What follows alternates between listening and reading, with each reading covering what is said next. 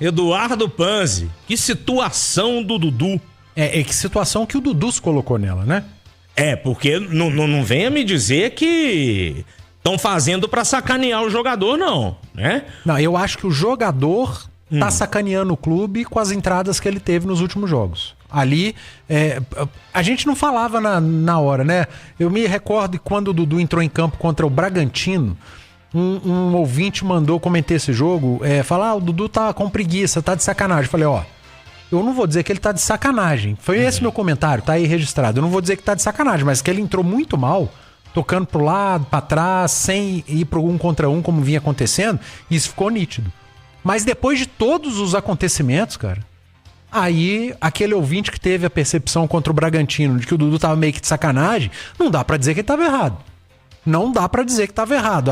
Veio a entrevista do Dudu, ele falou tudo que ele disse, e eu respeito todas as opiniões, mas eu acho que o momento foi indevido, ele não deveria ter levado isso pro microfone.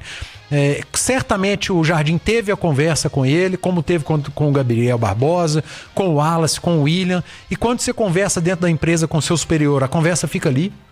Vale para quem tá conversando e vale pra chefia também. Essa conversa não pode sair dali de dentro e tem que se respeitar a hierarquia e a escolha do técnico.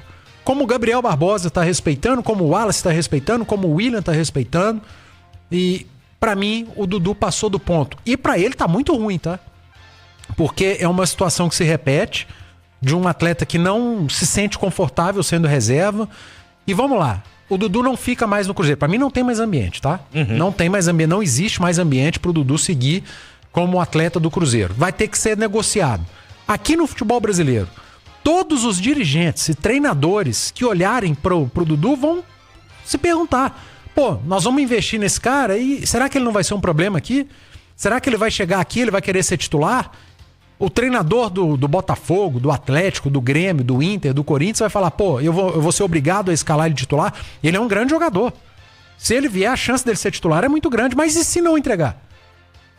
Ele vai começar a ir para microfone reclamar, vai tumultuar o ambiente? Então fica esse ponto de interrogação. O Dudu, com tudo que está acontecendo, ele corre o risco de não só perder ambiente e espaço no Cruzeiro, não. Ele corre o risco de perder espaço em outros clubes também por conta das últimas atitudes dele. E é muito sério. Então é um problema que o Cruzeiro vai ter que resolver, mas eu repito. O Dudu, nesse momento, tem que ser o menor dos problemas do Cruzeiro. O maior dos problemas do Cruzeiro nessa semana é o Vila Nova, depois é o Flamengo, é o próximo adversário, e o Jardim tem que focar nos caras que querem jogar, nos caras que estão pelo grupo, pela camisa do Cruzeiro, e não por titularidade. Quem tá encarando como conjunto, como um time, é nisso que o Jardim tem que focar. O Dudu é um problema da diretoria do Cruzeiro a partir de agora e que eles resolvam da melhor maneira possível, que seja algo mais tranquilo, que eu não acredito que aconteça. Cara, assim, a questão do Pedro Lourenço, a reação do Pedrinho ontem ao ser indagado pela torcida, né, questionado, e aí o Dudu fica ou não?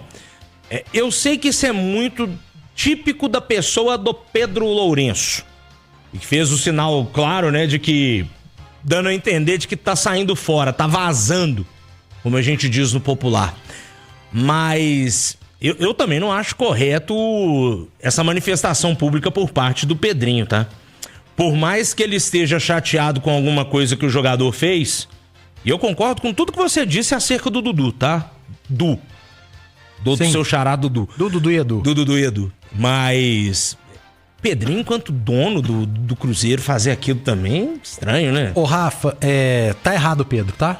Pedro Lourenço errou também naquele gesto, em bater papo com o torcedor. Hoje sempre tem uma câmera, mas eu vou repetir aqui no Bastidores algo que eu falei na turma do bate-bola agora há pouco e trazer pra conversa o dono do Atlético também. Vou falar sobre Pedro e Rubens.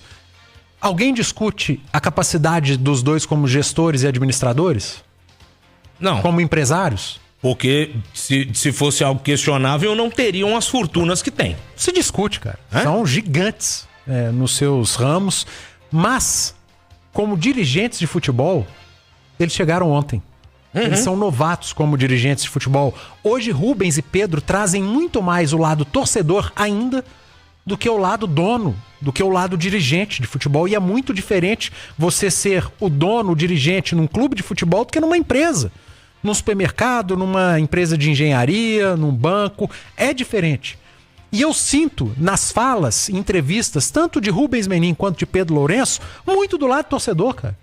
Do Rubens, a empolgação do torcedor com o jogador A ou B, a empolgação com o time. Do Pedro Lourenço, com a empolgação do lado do torcedor, de querer apresentar um grande ídolo, de conversar com o torcedor como se estivesse na arquibancada ainda, como se fosse o Pedro, torcedor do Cruzeiro.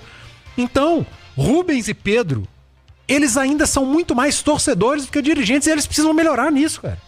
Eles estão devendo na atuação como dirigentes. E essa atuação deles como dirigentes e trazendo muito esse lado torcedor ainda, que é normal, mas que não pode continuar, que eles precisam, de uma vez por todas, entender que eles são donos e dirigentes de clube de futebol. Essa atuação deles, quando eles vêm pro microfone, às vezes, isso atrapalha, cara. Atrapalha. Às vezes o Rubens fala algo que o torcedor entende como uma promessa e vai cobrar, e o torcedor não tá errado. Às vezes o Pedro traz pro microfone algo que o torcedor entende como uma promessa e vai cobrar, e não tá errado. Então, eu queria trazer essa reflexão pra discussão e para o que está acontecendo aqui no futebol mineiro. As SAFs são uma novidade. São novidades. São uma novidade, né? E Pedro Lourenço e Rubens Menin são donos que são torcedores e que estão aprendendo a ser dirigentes. E que ainda têm errado muito, e esses erros, principalmente em microfones, na frente das câmeras, têm atrapalhado o desenvolvimento, o planejamento dos clubes. E eu repito, é normal, mas precisa virar a chavinha do torcedor para o dirigente o quanto antes, para que a coisa funcione mais naturalmente.